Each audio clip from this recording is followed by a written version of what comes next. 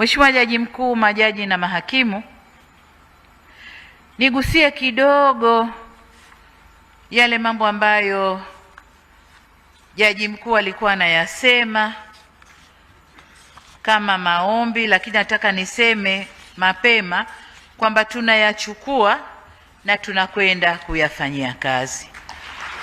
Lakini nataka niseme kwamba kwenye suala la budget inategemea hali ya ukuaji wa uchumi wa Tanzania. Tunagawana according to kilichopo ndani ya mikono yetu. Lakini jinsi tunavyofanya kazi, jinsi tunavyotatua haki ikapatikana mapema kwa wananchi, kwa wafanya biashara, kwa wawekezaji na wengine, ndivyo uchumi wa Tanzania unavyokuwa. Kwa hiyo jinsi uchumi wa Tanzania unavyokuwa, ndivyo tutakavyoangalia mgawanyo wa rasilimali katika mihimili yetu mitatu: Bunge, mahakama na ule mhimili wa serikali au wa utendaji wa executive. Lakini nataka niwahakikishie kwamba jinsi tunavyokuwa ndio bajeti itakavyokuwa.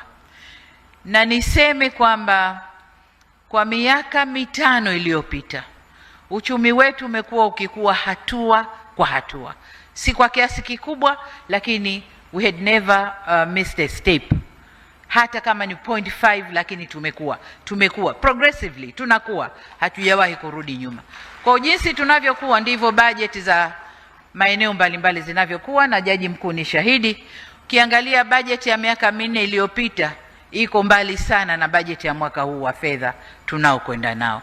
Kwa jinsi tunavyokuwa ndivyo bajeti itakavyokuwa.